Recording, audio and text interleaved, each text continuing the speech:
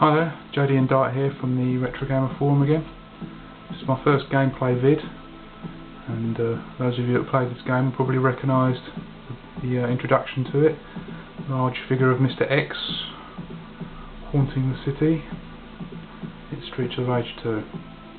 Now this game is featuring in Retro Gamer's Let's All Play feature next month, so I thought I'd do a little video of it to show you, if you haven't played it before, what it's all about and why it's held in such high regard.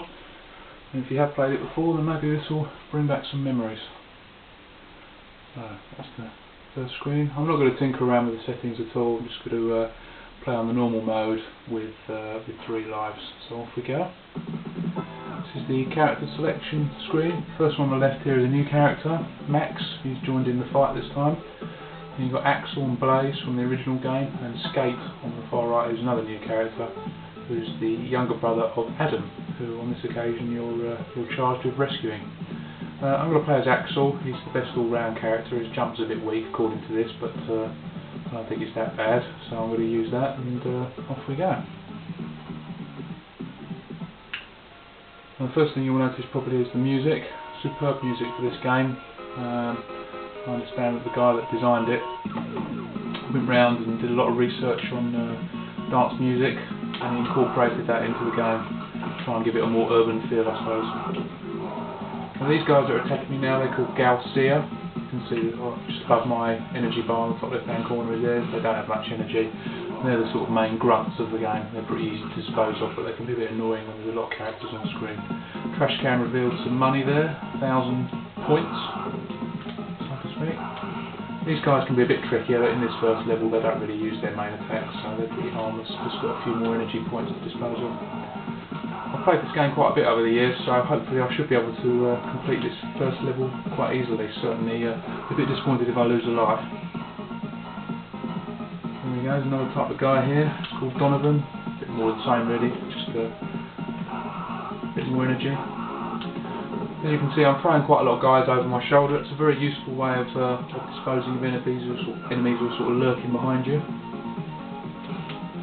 The other way is to leap over them like this, which does more damage but doesn't help you rid enemies behind you quite so much. As you can see, the guys are just sort of like really waiting for me to beat them up.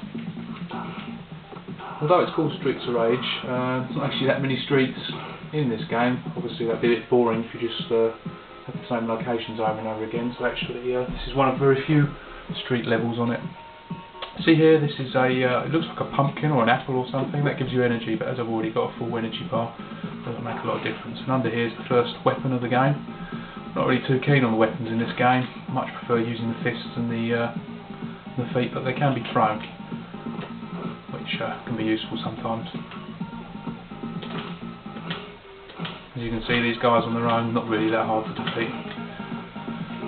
Streets of Rage 2 does start off very easy, but it's got a wicked difficulty curve later on. It gets really tough in some of the later levels, especially on the harder settings. Another lead pipe this time. Quite good range on it. It's one of the better weapons, along with the sword, which we'll see later. Whenever you grab someone, you drop a weapon. Oh, extra life already. Saw a guy with a knife there.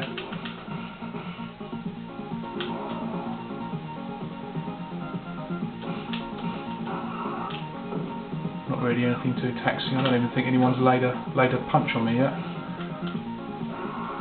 Probably change in a minute. We're coming up now to the end of this part of the stage, and we'll be seeing the first sort of boss, if you like. In the early stages, all the bosses appear on their own and they're not too hard to defeat. This one that's going to be coming out the shadows to the right of this car is a knife-wielding maniac with a rather amusing cackle. Let's go a bit further. We'll see him come out here. He twiddles a knife just before he tries to throw it at you. That's what I like about this game. It's got so much character to it. You know, a lot of the guys seem to have a lot of little character traits to them.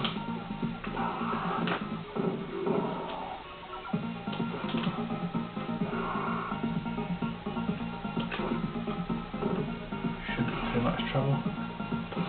See his eyes bulging as I knee him in the groin there.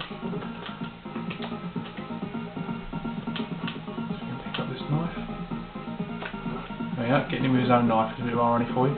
This, what looks like a roast chicken or turkey, that's a food that gives you your full energy bar back. So, oh, there's the first punch. I think we'll make him pay for that.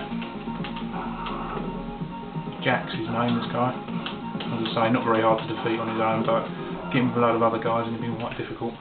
Right, on to the second part. This is the bar level. The music changes quite significantly here. It's sort of a seedier type music to suit the location. Get these bars in front of you, or poles, and it can make things a bit difficult. These guys in the yellow and orange will start to use their attacks a bit more now. As you can see, he's got a sort of sliding attack, but shouldn't really be too much trouble still on this level. Tables and chairs can be knocked over for goodies, another 1,000 points there. You get gold bars in later levels, which give you 5,000 points.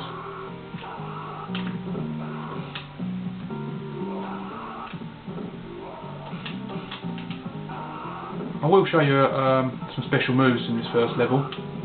They're not really necessary to be used, to be honest, but I'll just give them a go, show you what they're about.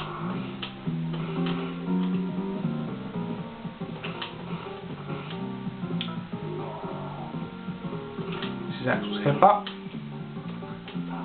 Not particularly effective, but quite fun.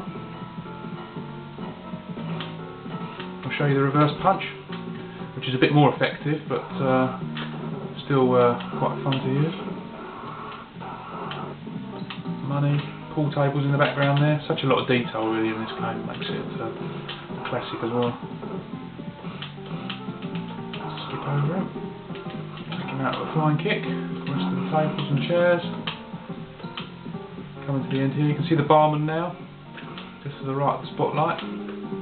When I get a bit further to the right, he's going to scarper off for the encounter that we have outside the bar.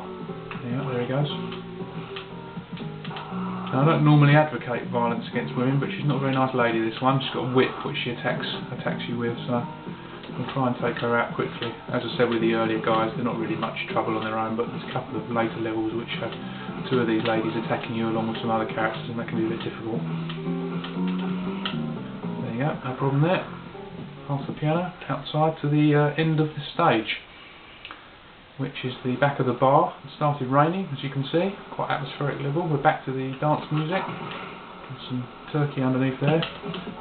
What I'll do is I'll just dispose of these minor bad guys that are sort of lurking around.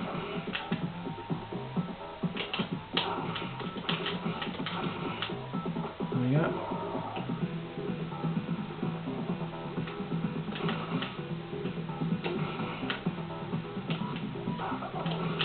Right, now this guy actually can be quite tough. As you see, he's just thrown me over his shoulder, but fortunately, if you press up and C button and time it right, you land on your feet, which means his main attack is pretty much nullified in this part, but it can be quite difficult to get hold of to do your main damage attacks. He's also got quite a wicked punch on him, but I think we should be able to defeat him quite easily. I'm going to show you a couple of special attacks here. This is the first one.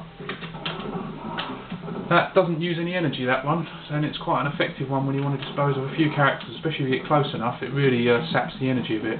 This second one I'm going to show you is called the Dragon Punch, and that does use your energy. But when you're in a bit of a pickle, it can be very useful. There you go. Very nice slow-mo there. And the level, stage 1 complete. No lives left. No lives used, sorry. And another extra one as well.